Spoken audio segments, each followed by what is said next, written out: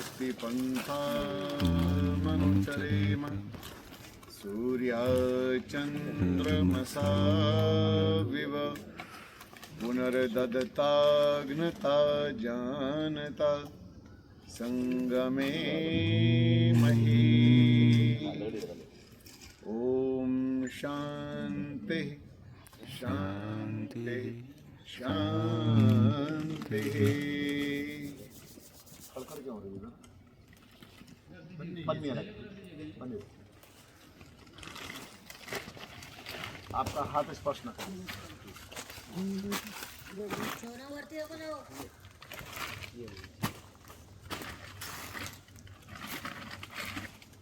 उपस्थित पवित्र आत्माओं, हम सभी बड़े सौभाग्यशाली हैं कि हमें इतना शुद्ध विशुद्ध प्राकृतिक वातावरण प्राप्त हो रहा है।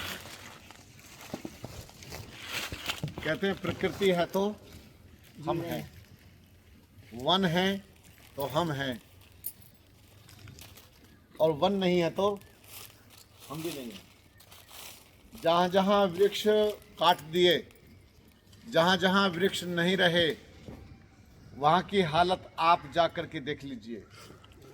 जहाँ वृक्ष नहीं होंगे बड़े बड़े, वहाँ पर हॉस्पिटलों की भरमार होनी शुरू हो जाएगी, क्योंकि वृक्ष हमारे सगे सखा हैं, और ये वो सखा हैं कि इनको स्पर्श करने मात्र से भी हमको आनंद प्राप्त होता है, सुख प्राप्त होता है। और आज जहाँ जहाँ वृक्षों की कटाई चल रही है, ये पाप नहीं, ये महापाप है। क्योंकि एक पेड़ को नहीं काटते हैं, हम कई पीढ़ियों की हत्या कर देते हैं। मनुष्यों की कई पीढ़ियों की हत्या कर दी हमने एक पेड़ काटने पर। या हम ऐसा करें, एक पेड़ अगर आपको किसी कारण से वहाँ से हटाना पड़ गया किसी भी तरह से, हालांकि आवश्यकता नहीं है, उसको वहीं वहीं डिजाइन दे करके कुछ ना कुछ रास्ता निकाला जा सकता है। फिर भी मैं कहूँगा कि आपने कुछ ऐसा कर भी लिया तो एक की जगह 100 पेड़ लगाइए, 100 पौधारोपण कीजिए कम से कम, एकदम हरा भरा हो जाए कुछ समय बाद। लेकिन हम लोग नहीं कर रहे हैं। जहाँ वीरान जंगल दिखाई देते हैं, जहाँ पर कुछ है ही नहीं, पेड़ है ही नहीं, वहाँ की हालत देखो, कैसा भयंकर आग लगती है वहाँ पर, कैसी तपन होती है। वहाँ ठंडी भी ज़्यादा लगती है और वहाँ गर्मी भी ज़्यादा लगती है, और वहाँ पर सूखा पड़नी शुरू हो जाती है। क्योंकि वृक्ष जहाँ पर अधिक होते हैं वहाँ पर नमी रहती है, वहीं पर बादल आते हैं, बादल वहीं इकट्ठे होते हैं, इनका अट्रैक्शन है। तो इसीलिए वृक्षों की रक्षा करें और वनों की रक्षा करें। वनों का कटाव अगर कहीं हो रहा है तो जितना हो सके कम से कम लिखो तो सही, कम से कम बोलो तो सही, कुछ कहो तो सही, उनको रोको। क्योंकि अभी आप जैसे बैठे हैं, माना ये वट महाराज के यहाँ से देखो टूट गया, आयु का भी आपको आता पता ही नहीं होगा, ये पता नहीं कितने 100 पुराना हो सकता है। अब ये कैसे यहाँ पर लुढ़का पड़ा है, कितना इन्होंने सहा होगा। 500-500 साल के पीपल के पेड़, वट वृक्ष 500-500 साल के मिल जाएंगे आपको। क्या मैं गलत कह रहा हूँ? नहीं। 500-500 वर्ष पुराने मिल जाएंगे। उन्होंने कितने बवंडर सहे होंगे, कितने आंधियाँ तूफान, कितनी सर्दियाँ, ओले, है ना, कितना सब सह करके 500 साल पुरानी गहरी जड़ें हुई हैं। तो इसी प्रकार से हम लोगों को रक्षा करनी चाहिए, और वृक्षों से हमें औषधियाँ प्राप्त करनी चाहिए। इन वनस्पतियों से हमें स्वास्थ्य लाभ लेना चाहिए। और मैं तो एक बात कहता हूँ, मेरी बात जो समझ में आई, आप वृक्ष का पत्ता भी ना तोड़ें। ये पत्ता नहीं तोड़ोगे तब भी आप इनके आसपास रह करके ठीक रह सकते हो, वैसे ही ठीक रह जाओगे। और एक रहस्य की बात मैं बताता हूँ, जो प्राणायाम करते हैं, ध्यान साधना करते हैं, और पहले से ही उपहरे गिरिनाम संगमे च नदीनाम धिया विप्रो अजायत, पहले जो साधना करने के लिए लोग निकलते थे, उपहरे गिरिनाम, पर्वतों की कंदराओं में, पर्वतों के समीप, गिरिनाम पर्वतों के समीप, उपहरे गिरिनाम संगमे च नदी नाम, जहाँ कल कल करती नदी बह रही हो और उसके आसपास वृक्ष भी हो और नदी भी बह रही हो और जहाँ फूल खिले हों, ऐसे स्थान पर जाकर के सुधी लोग, ध्यान करने वाले लोग, साधक लोग वहाँ पर प्राणायाम करते और ध्यान साधना करते। तो आनंद यूं तो नहीं मिलता है। संगमे च नदी नाम उपहरे गिरिनाम संग, याद भी कर लेना साथ के साथ। उपहरे गिरिनाम, बोलो, उपहरे गिरिनाम संगमे च नदी नाम धिया विप्रो अजायत। तो विप्र लोग, ध्यान करने वाले लोग वहां पर आत्म साधना करते और अपने जीवन का उद्धार करते। आपके पास में जब भी समय होता है, मेरे विचार से कहीं पिकनिक मनाने वैसे मत जाइए। पिकनिक के स्थान पर आप कहीं ध्यान साधना की योजना बनाया करें। जब आप ध्यान साधना की योजना बनाओगे, कहीं एकांत में कहीं झोपड़ी मिल जाए, कहीं एकांत में कोई कुटिया मिल जाए, कोई नदी के किनारे कोई ऐसा अच्छा स्थान मिल जाए, या किसी पर्वत श्रृंखला के आसपास कोई अच्छा, जहाँ पर अच्छा व्यू हो, वहाँ पर जाकर के रहना चाहिए। अब कहें जी हम तो गृहस्थी हैं, ये हैं वो हैं, उस सब चीज़ों को मैनेज करना पड़ता है। सब चीज़ों को आपको व्यवस्थित करना पड़ता है। कितने गृहस्थियों, कितने लोग गंगा नहाने तो जाते ही हैं। अच्छा, मेरे जैसे व्यक्ति की स्थिति क्या है, मान लो मैं केदारनाथ गया, केदारनाथ जाऊंगा बढ़िया सहजता से, लेकिन मैं तो वहाँ की जो पर्वत श्रृंखलाएं हैं वहाँ बैठने का आनंद ज़्यादा प्राप्त होगा। और इसी प्रकार से आप मंदिरों के आसपास कहीं जाता भी हूँ तो वहाँ का जो ऑरा है, वहाँ का जो आभा मंडल है, वहाँ की जो स्थितियाँ, उनको प्राप्त करने के लिए जाना होता है।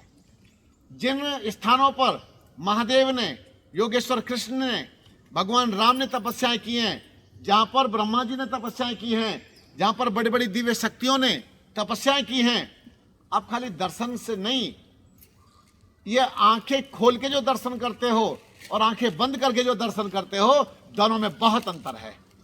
तो आप अपने अंदर डूबने का प्रयास करें और उस तपस्या को वहां अनुभव करें, क्योंकि आज जो हम यहाँ शब्द बोल रहे हैं, ये शब्द किसी कालखंड में कोई और टेक्नोलॉजी आई तो इन शब्दों को भी रिकॉर्ड किया जा सकता है, इनको भी कैच करने की योजना बन सकती है, क्योंकि टेलीपैथी के द्वारा भी बहुत कुछ हो जाता था और अब धीरे धीरे ऐसे यंत्र भी बन रहे हैं तो जो आवाज़ को रिकॉर्ड कर सकते हैं।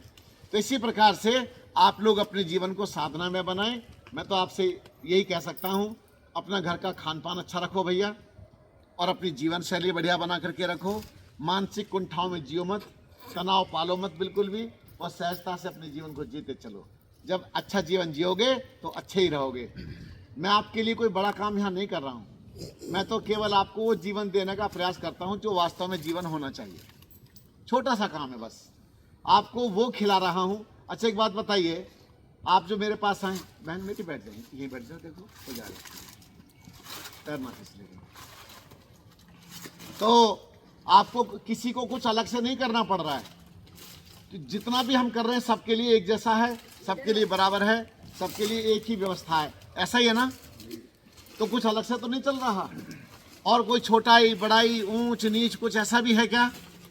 ऐसा भी कहीं दूर दूर तक भी नहीं है। उबली हुई सब्जी मिल रही तो सबको उबली सब्जी मिल रही है, जूस मिल रहा है तो सबको जूस ही मिल रहा है, सबको तरबूज मिल रहा है तो सबको तरबूज ही मिल रहा है। लेकिन आश्चर्य की बात, सीमा बहन कहाँ है? अच्छा, तो जितने भी लोग हैं ये सब के सब आनंदित हैं, और आपको आश्चर्य होगा कि बीमारियां सबकी धीरे धीरे कटती जा रही हैं। क्यों कट रही हैं? एक रहस्य मैंने आपके सामने रखा था। सभी बीमारियों का कारण है सिर्फ एक, सब बीमारियों का कारण है एक, सही है, शरीर के अंदर जमा हुआ विजातीय तत्व। शरीर के अंदर जमा हुआ विजातीय तत्व, उसको टॉक्सिन्स कह सकते हैं, उसको अंदर जमी हुई गंदगी भी कह सकते हैं, आंतों में जमी गंदगी कह सकते हैं।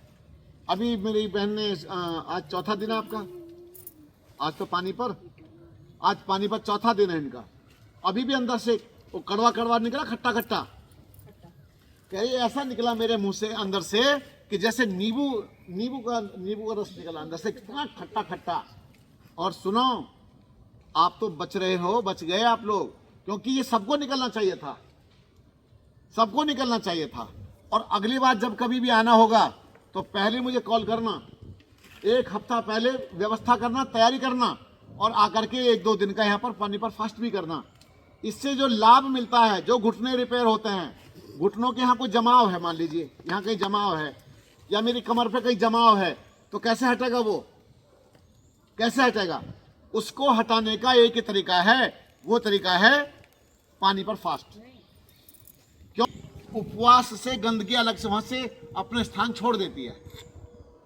अब जैसे एसिड है अंदर, तो एसिड ने स्थान छोड़ दिया। शुरू में थोड़ा थोड़ा निकला गुरुजी। हाँ। पहले तो फर्स्ट डे कड़वा निकला। हाँ। फिर बहुत क्वांटिटी उसकी कम हो गई। ओ, और मतलब कल मैंने देखा बिल्कुल ऐसे जैसे नींबू निचोड़ दिया हो। बताइए। ऐसा वाला। तो इस तरह से जो निकल रहा है,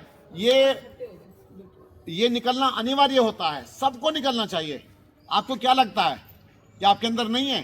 ये जो चक्कर से आते हैं ना, ये जो घबराहट सी होती है, ये बेचैनी होती है, ये जितना भी है, ये सब का सब विजातीय तत्व जोर मार रहा होता है, अंदर से जोर लगाता है बाहर निकलने के लिए। लेकिन हम डर गए, ओहो हमें तो तबीयत खराब हो गई, तबीयत खराब हो गई। डॉक्टर साहब का भी ऐसे हुआ क्या? हमारे एक डॉक्टर साहब और आए थे आपके साथ वाले, उनको तो 4 दिन तक बुखार। तो शरीर के अंदर जो रोग जैसा है वो उसी रूप से शरीर से बाहर निकलेगा। आपके अंदर कफ जमा है तो कैसे निकलेगा? उल्टी के द्वारा निकलेगा, नासिका के द्वारा निकलेगा। आपके अंदर गर्मी भरी पड़ी है तो कैसे निकलेगी? बुखार से निकलेगी। आपके अंदर आंतों में मल जमा है तो कैसे निकलेगा? भाई लूज मोशन से निकलेगा, एनीमा से निकलेगा। आपकी नासारंध्रों में जमा हुआ है तो नासारंध्रों कैसे निकलेगा? जल नीति करने से निकलेगा, तेल नीति करने से निकलेगा, रबर नीति करने से निकलेगा। भाई जो चीज जहां है जैसे है वो वैसे तो निकल के जाएगी। आपके दर्द बढ़ गया, मान लो इस हिस्से में कहीं दर्द बढ़ गया, ओए मेरे तो बहुत दर्द बढ़ गया, बहुत दर्द बढ़ गया, है ना?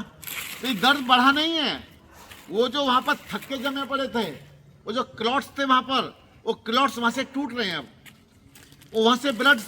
अच्छा एक बात बताइए, कहीं पर जमाव है